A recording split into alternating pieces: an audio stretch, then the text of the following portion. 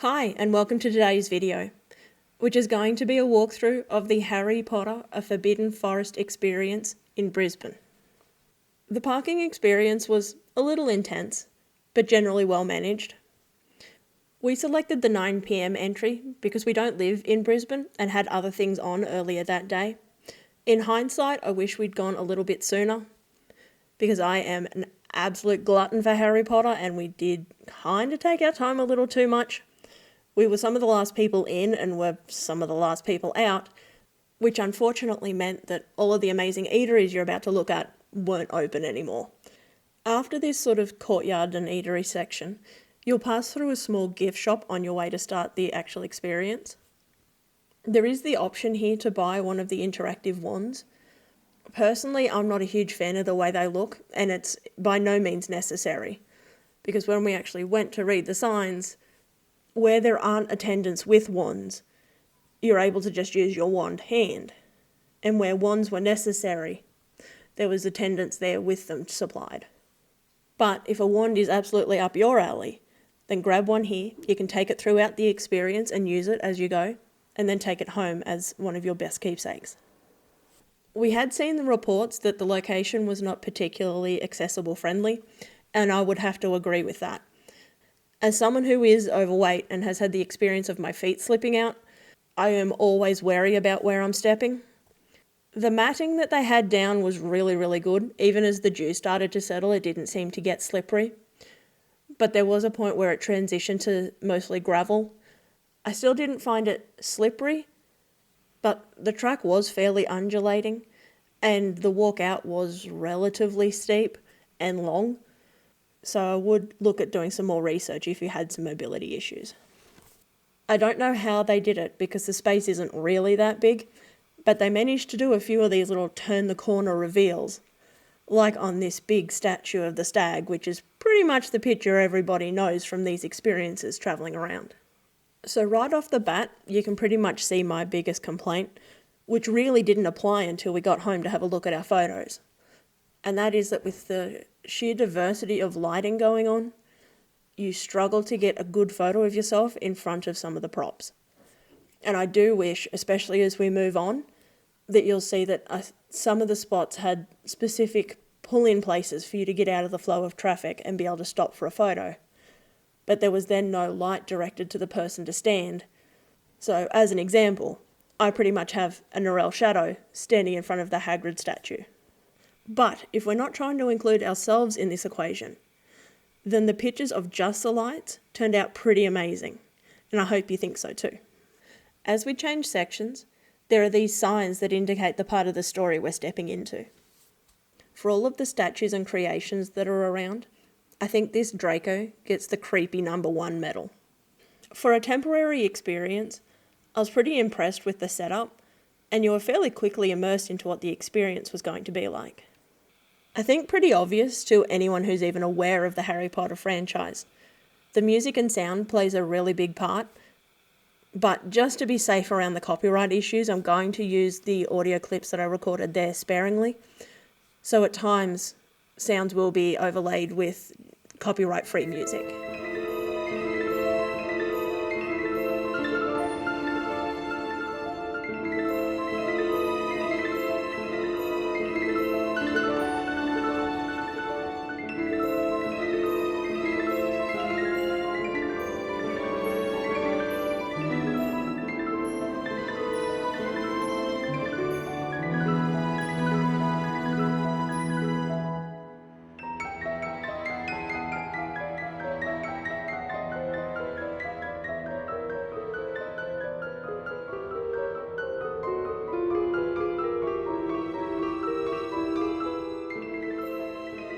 As we move around, a lot of the sections of the path were lit with these overhead textured lamps, and a lot of them are themed to the areas that you're in. And of course you can't come to an experience like this without being faced with an arachnophobe's nightmare. And this would be another note that I'm taking from the Harry Potter London experience. Unfortunately here, there is no way to skip this acromantula section. And the lead up with the bigger spiders is pretty long. So if you do have an arachnophobe in the family, especially if they're littlies, maybe put some blinders on and just walk them through pretty quickly, because I didn't find the noises to be as bad as the little, oh, there's another spider.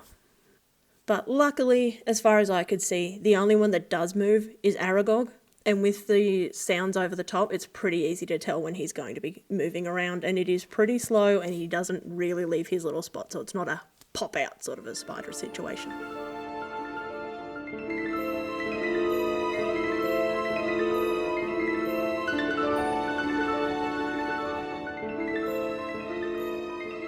I loved Big Hagrid, and I was so proud of myself when I had this idea, but here you go, it's the Norell's shadow.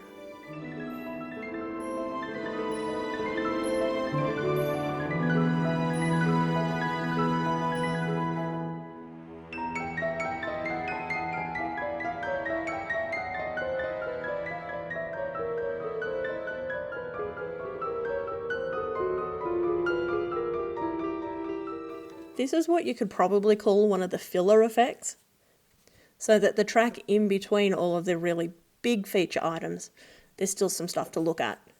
But considering Blast-Ended Scroots don't appear in the movies, I thought this was an interesting way to get around we don't know what they actually look like, but you know what's happening, and I'm probably glad I can't see in that box. I had gone into this without doing too much research and just wanting to see what I found. So thankfully there was someone here reminding you that if you bow, Buckbeak will bow back, and it was super cool to find out. The upside of coming in nearly last is that I don't know what it was like during the rest of the day, but for us the lines were pretty much non-existent. There are places like with Buckbeak where they anticipate it being busy, and there's a line up here section to get you out of the flow of traffic.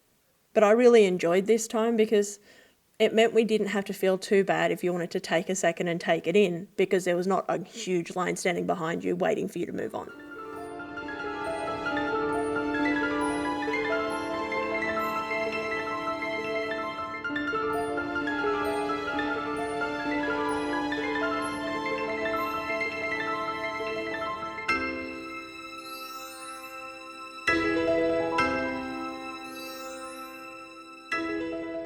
This is the first real wand experience I noticed that you came across.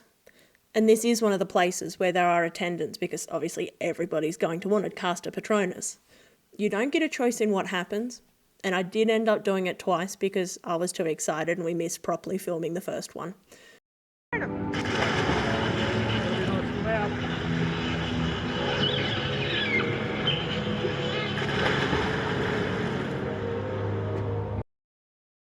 Someone standing at the base of the stairs, they'll give you a wand, you'll step up your 4 steps onto a fairly large platform so you can be a little wiggly and into it without worrying about stepping off. And then the really cool effect, and you get to be loud, and everybody's a nerd, so you don't have to worry about being embarrassed. Even though it did take me a while to get used to that, so you'll hear me as we go. I get a little louder with my spells.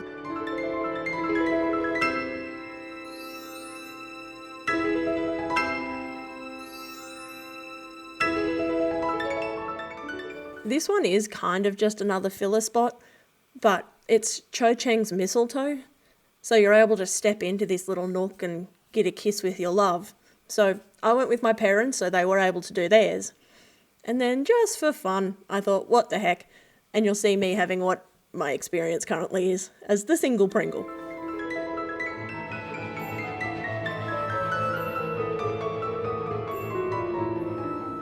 I thought this was a super effective way to achieve a giant like Grawp still being involved without being crazy set up. And he's down at our height, so you can actually enjoy what's going on. It's not the biggest effect, but it was pretty cool that you can ring the handlebar bells and see his eyes open.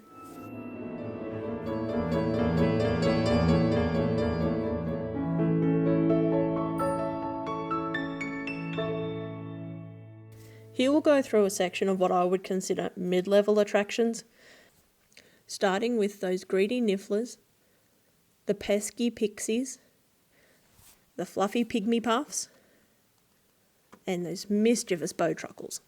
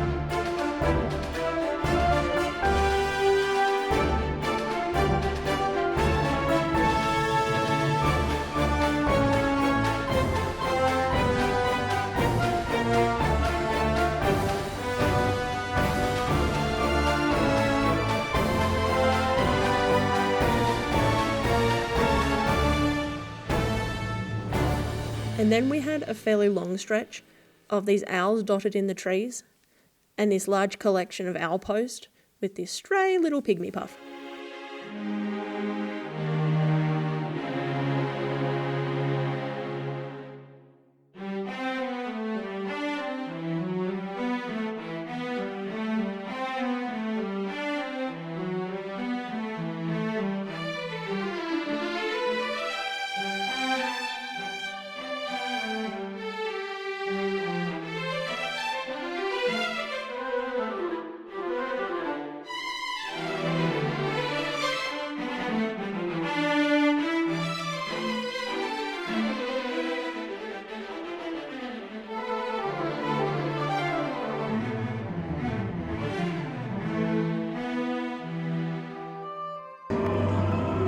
Incendio!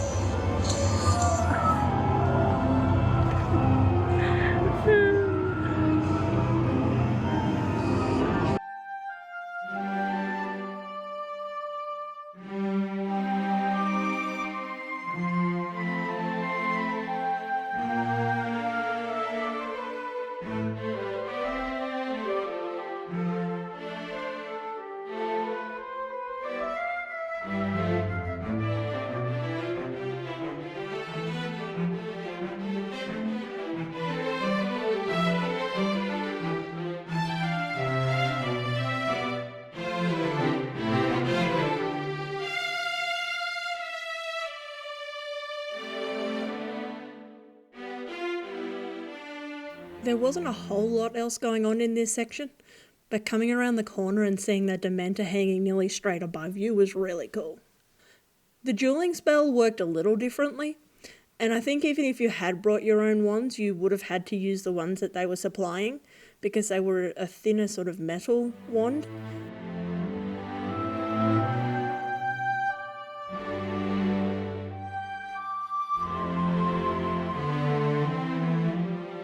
After that, coming down the slope, you came across a field of mushrooms that slowly changed colour. In person, this was a lot more effective.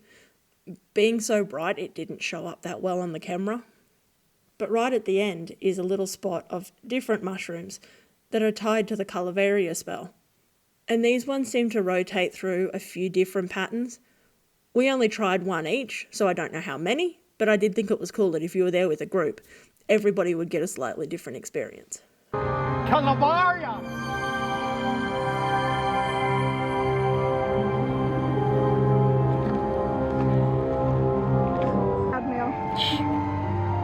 Calaveria!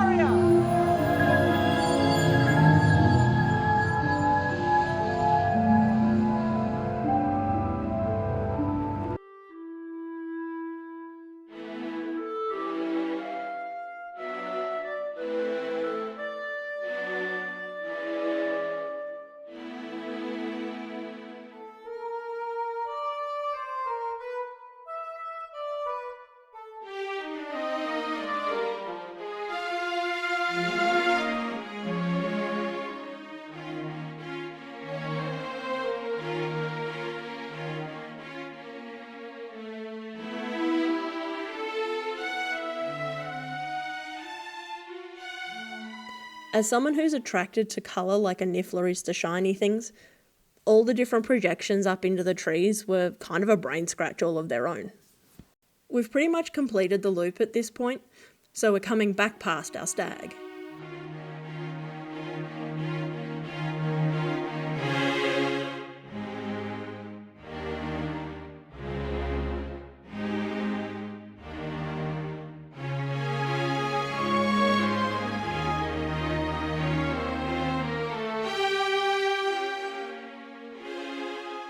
The paths do diverge again as you come out, and at this point you'll exit through the gift shop, which is part of the same building where they had the small gift shop as you entered.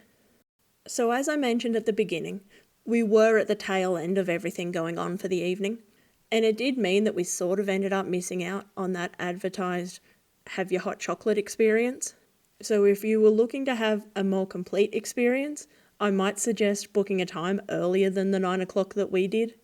Having said that, I'm really glad I got to attend this experience. if we'd gone all the way to Brisbane just for this, my reviews may not have been quite as glowing, because it is only an hour or two experience and it is a pretty long way for us. But we managed to pair it with something else. So if you're any sort of Harry Potter nerd and you're anywhere near one of these experiences, I would definitely put this on your list of things to do.